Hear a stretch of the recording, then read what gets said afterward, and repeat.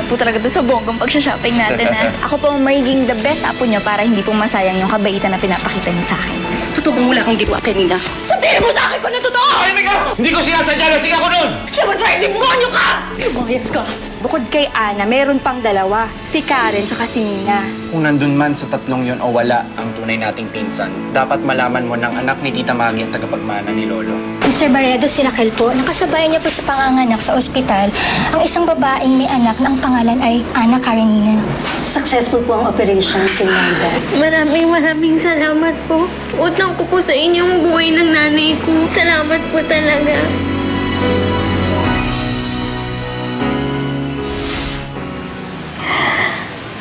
Magiging akin na to.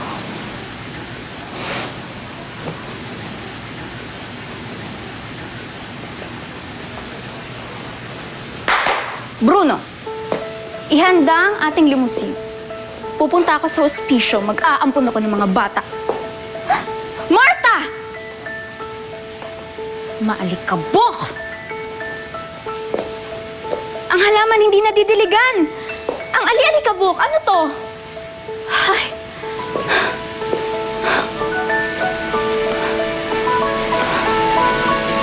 Mabuti na lang maganda ako. Tanggal na ang damit ko. Mukha akong kagalang-galang. Ay, yung sapatos ko ang taas. Hindi ako makalakad. Ay.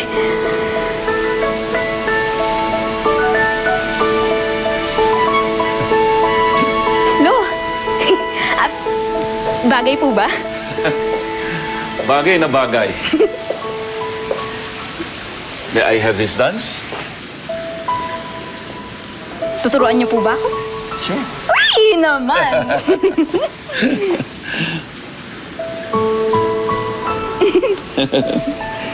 Start. Left. Right.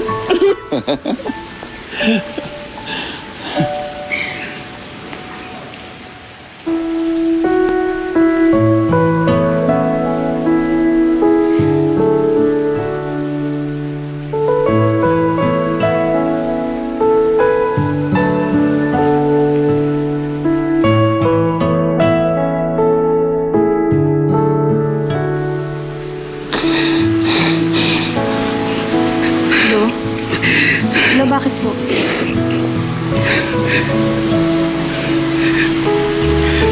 Wala. May naalala lang ako. Excuse me.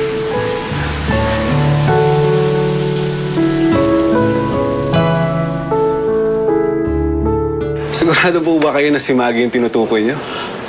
Wala akong masyadong maalala tungkol dun sa nanay. Ang naalala ko lang, isa siyang magandang babae. Bata pa eh. Tsaka mayaman. Tapos tumira siya dito sa safe haven dahil nga itinakuli siya ng mga magulang niya.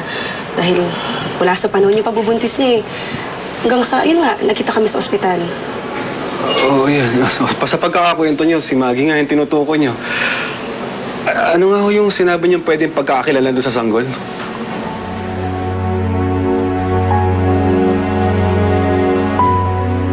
Mrs., ito na po yung baby niyo.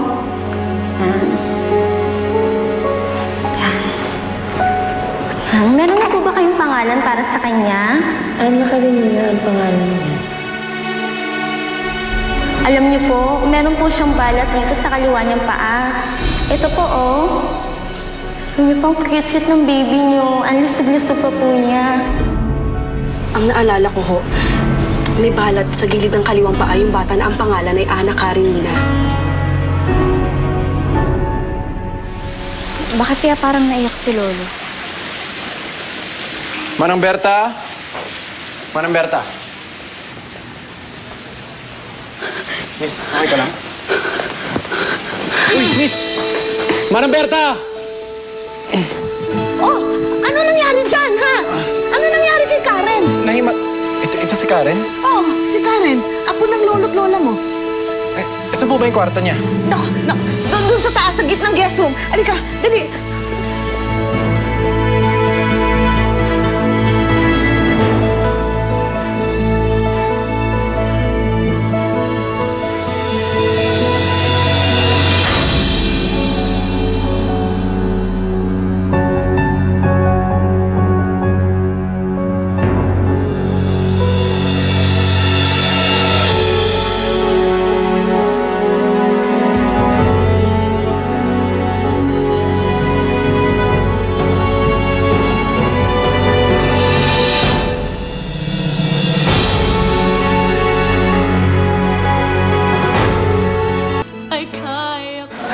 Maraming salamat. Napakalaking impormasyon yung binigay niyo sa amin. Ngayon, makikilala namin kung sino talaga si Ana Karenina Monteclaro. Ano kung ibig niyo sabihin? Kasi may 3 bata na nagkiklaim eh. Sila daw si Ana Karenina. Para palang kwento ni Cinderella.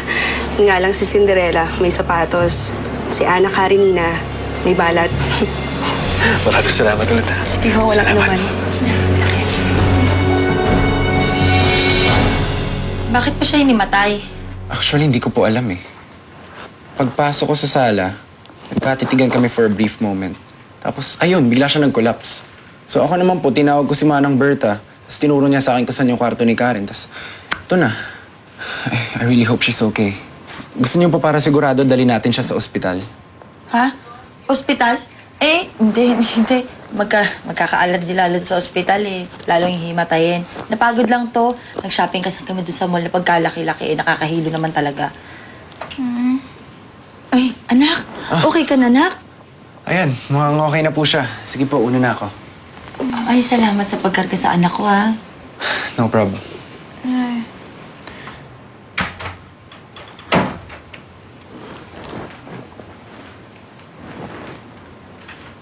May kumarga sa akin, Nay. Ba't ka ba hinimatay? Ay, naku, Nay, hindi ko alam. Basta, bago ko matayin, ang naalala ko lang, may dumating na pagkagwapo-gwapong lalaki. Sino po bang kumarga sa akin? Yung pagkagwapo-gwapong lalaki. Tingin ko kaya hinimatay dahil nakakita kang gwapo eh. Ito namang si Nanay. Conservative ako, no? At isa pa, hindi ko naman first time makakita ng gwapo. Alam mo, nak, magaling ka na. Mabalang ka na naman sumagot eh. Tulog ka na. Ayun nga ka. Good thing she woke up, no? Dadalhin ko na nga sana sa ospital, kaya lang kayo ng mami niya. Ano kaya sakit niya? I don't know. Sa pa, I don't really care. Sana nga namatay na lang, di ba? Oh, Carla, that's mean, ha? Sorry, kuya. Hindi ko mapigilan eh. Tsaka nakakainis talaga. Pag nandun na sila lolo, di ba? Grabe siya kumakasta. Carla, kahit na. You shouldn't curse other people. Okay, kuya. Let's just drop it, ha? Ayun po sila, oh. Thank you. Hi, Carla. Jeline! Hi. Hi, Aldrin. Oh, hello. You're back na pala from Cebu. Yeah. Ikaw, gusto ka na ba? I'm good. I'm good. Looking So, sharp. guys, paano? Iwanan ko lang muna kayo dito, ha? I'll just get some snacks.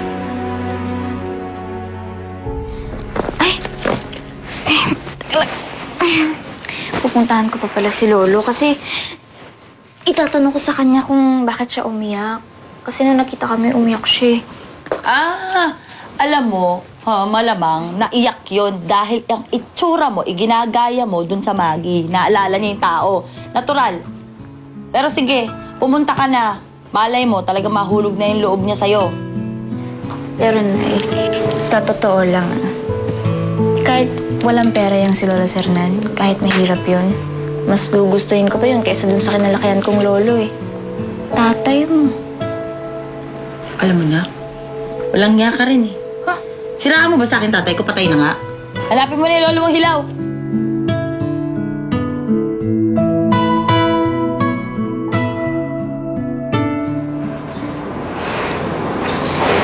Nasaan na si Ma'am Carmela? Nasa billing section lang, ate. Inaasikaso yung mga babayaran. Naniniwala na talaga siya na ikaw ang Ana Karenina na apo niya. Kung ganun. Di pa naman tayo nakakasigurado, ate. Gaga ka talaga. Hindi mo ba iniisip na ang swerte-swerte mo? Hindi ko nga alam kung anong magic meron ka dyan. Bakit hulog na hulog ang loob niya sa'yo? Mabait lang talaga siya. Walang taong mabait dahil mabait lang. May kailangan siya sa'yo kaya kanya tinutulungan. Tiyak gusto kanyang patirahin sa mansyon. Wala naman siyang sinabing ganun. Pero may obligasyon kang gawin yun. Kung papayag nga lang siya na ako ang tumira dun sa mansyon at ituring niyang tunay niyang apo, hindi ako magdadalawang isip na sumama sa kanya. May utang na loob na tayo sa kanya ngayon, Ana. At ang utang na loob, mas mahirap bayaran kaysa sa pera.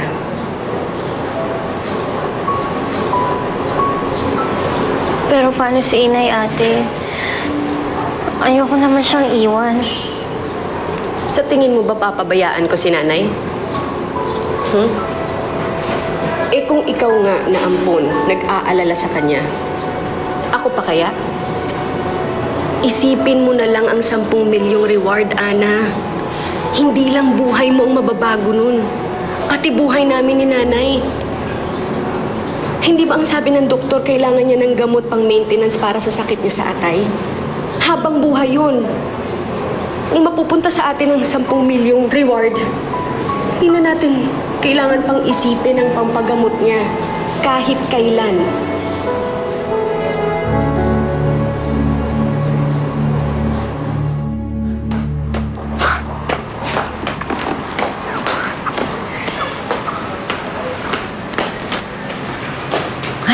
Manang Berta. Buti naman, okay ka naman, Karen. Ay, oo, kasi kapag nagstay pa ako dun sa kwarto, naku, mas lalo ako may hilo. Ay, si Lolo Sernan, nasaan? Palagay ko, nasa library yan, lolo mo. Sige. Teka, maiwan muna kita, Sige ha? po.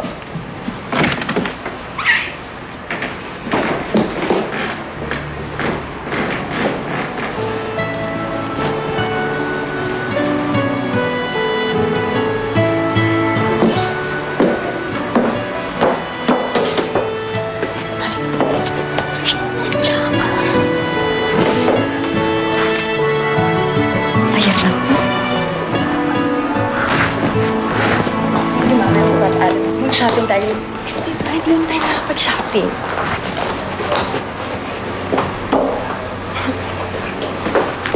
What is she doing?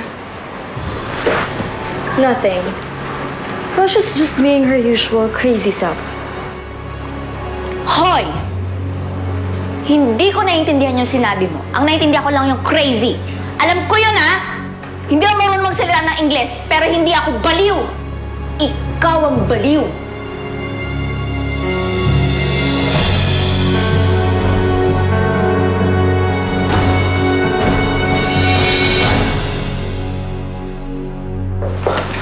Uncle, nakausap ko na yung babaeng nakasabay ni Maggie sa panganganak. O ano?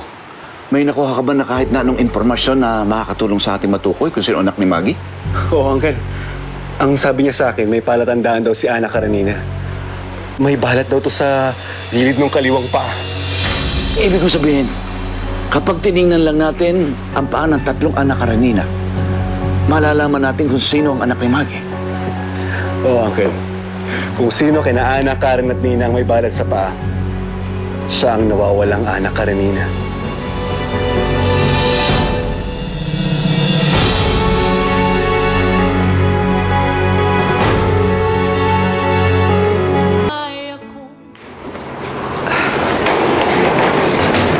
Wala na kayong aalalahanin sa gastusin sa ospital na ayos ko na.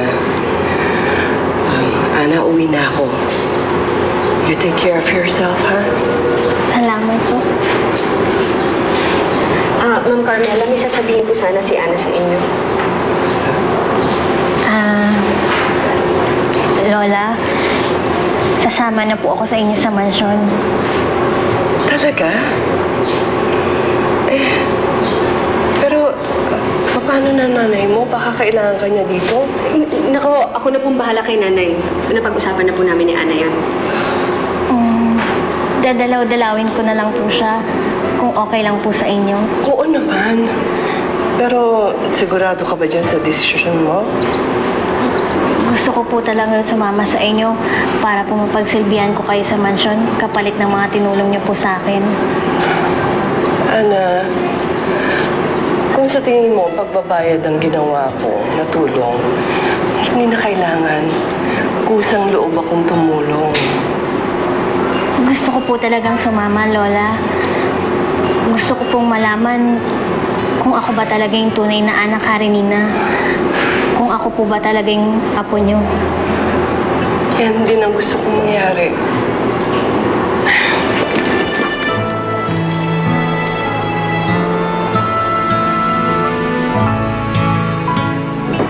Really? Alam mo, you should have seen how you look kanina. Kasi kung nakita mo lang yung itsura mo, baka mag-agree ka sa akin na mukha ka nga baliw.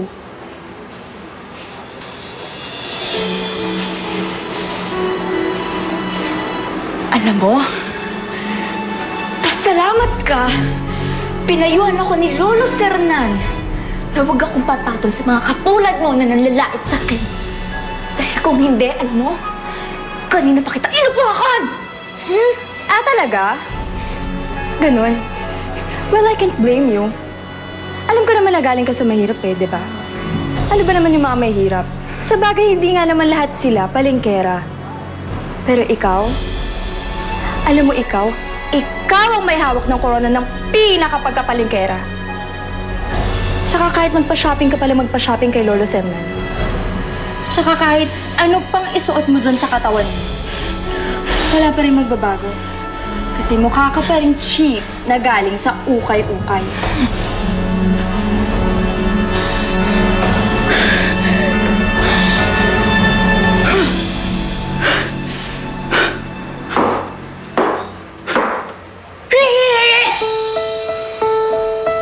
Tabi nga! Oh my God.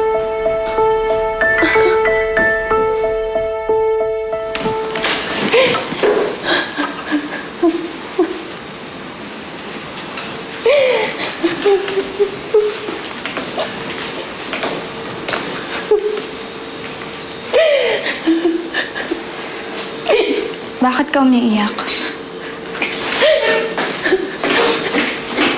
Tina, ito bang wala kang ginawa kanina? Ano?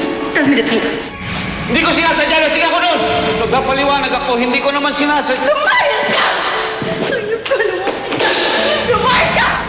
I'm so sorry. Umamin sa akin yung dad mo. Tunguli ko siya sa sarili niyang bibig.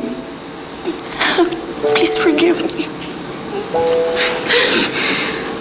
I wish you believed me the first time na sinabi ko sa'yo. Don't worry, okay? I'll make it up to you. We'll start all over again kahit na tayong dalawa lang. Pinalayas ko na rin din kasi ang daddy mo. Hindi ko na rin kasi natitiis na nandito pa siya sa pagtapos ng ginawa niya sa'yo. At Nina, I will call my friend, yung psychologist ko na kaibigan. She can help you. I think you need therapy para makalimutan mo yung lahat na nangyari.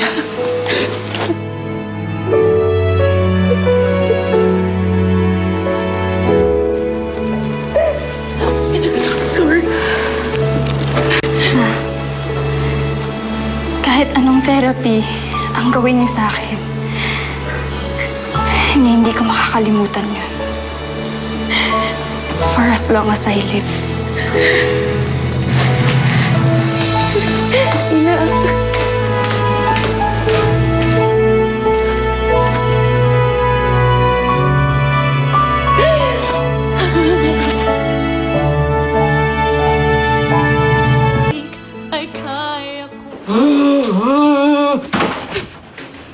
Hoy, bakit parang kinusot ni Aling Tasing ang mukha mo?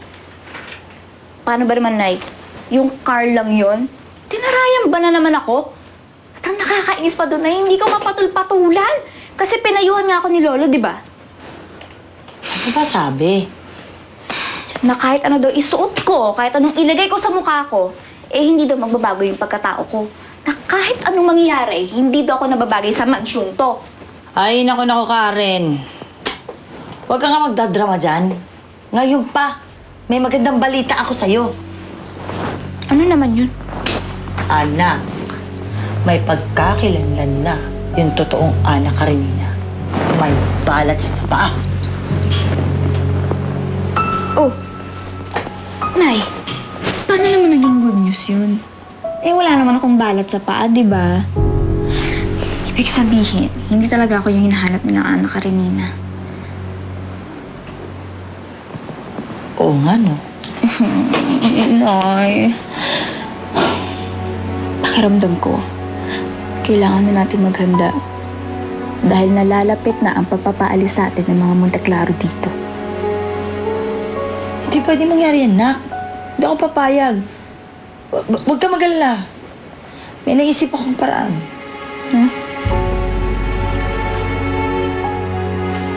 Bakit ito lang ang sales for the month? Kasi ma'am, hindi naman ho kumikita yung bagong whitening product line na in-endorse natin sa market. Sabihin mo, hindi lang magaling ang marketing natin. Hindi po ma'am.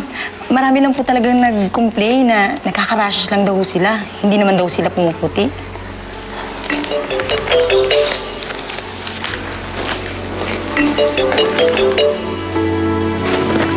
Hello?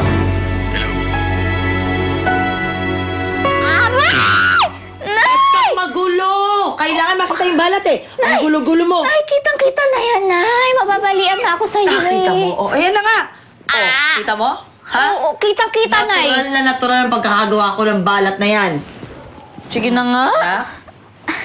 Tama na, Nay. Okay na yan. Nay, tama na. Masakit na. Pwede na. Sa tingin niyo naman, maniniwala na si Lolo dyan? Ano pa ba naman hinahanap nila dyan, anak? Di ba balat lang naman ang gusto nila? Ayan na, binigay ko na nga yung balat, oh. May iba pa bang problema? Nak, ate na ang 10 milyon. Gusto ko yun! Bongga! Naku! Tama. Aray, masakit na, no? Pero, hindi ka ba nagigilty, Nay? Kasi, di ba, ang bait-bait sa atin nila, Lolo. Tapos, lolokoyin lang natin siya. Baka magalit pa sa akin yung pag nalaman niya hindi naman totoo yan. Huwag mo na isipin yun. Ang mahalaga, anak, maging prinsesa ka. Tsaka alam mo, sa totoo lang, kung iisipin mo ha, alam naman natin na talagang ang gusto niya mangyari, makita niya yung apo niya dahil yun ang ikaliligaya niya. Sige na nga, Nay. May paya mo para matuyo, oh. Ay, pero dahan-dahan lang. Huwag mo mapilipitin, Nay. Para matuyo nga agad!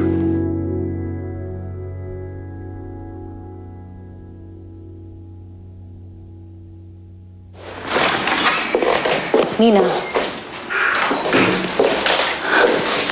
Nina, can we talk? I need you to go back to the Monteclaros. You think you can easily get rid of me? I'm sorry to burst your bubble. Pero inampon mo ako, kaya pagtiisan mo. Nina, believe it or not, I care about you. That's why I'm asking you to leave.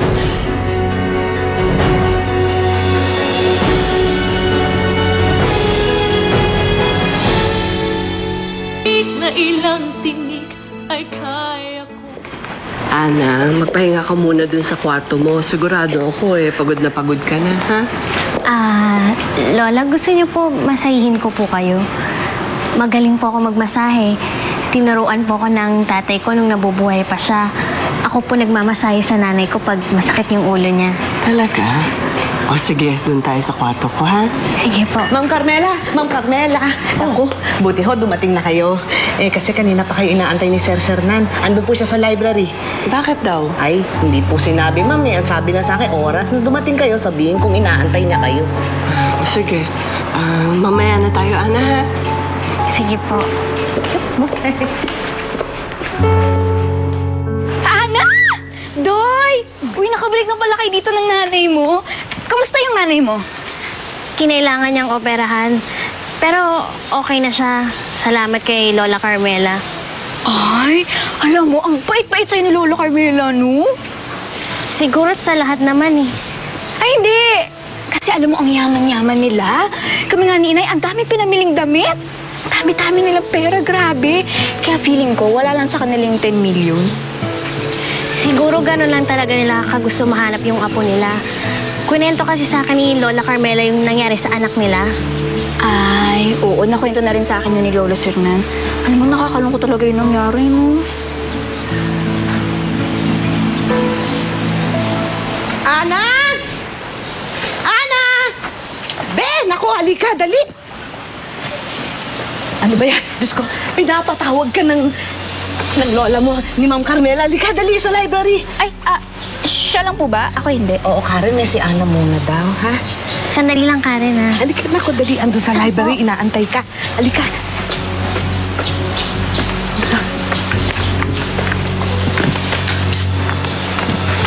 Hoy! Anong ginagawa mo? Ba't nakikipag-friendship ka sa anang yan? Eh, alam mo naman, karibal mo yan. Oo nga, Nay. Pero Nay, tignan mo, siya lang yung pinatawag sa library. Hindi kaya siya na talaga yung totoong may balat. Siya na yung totoong Ana Karenina.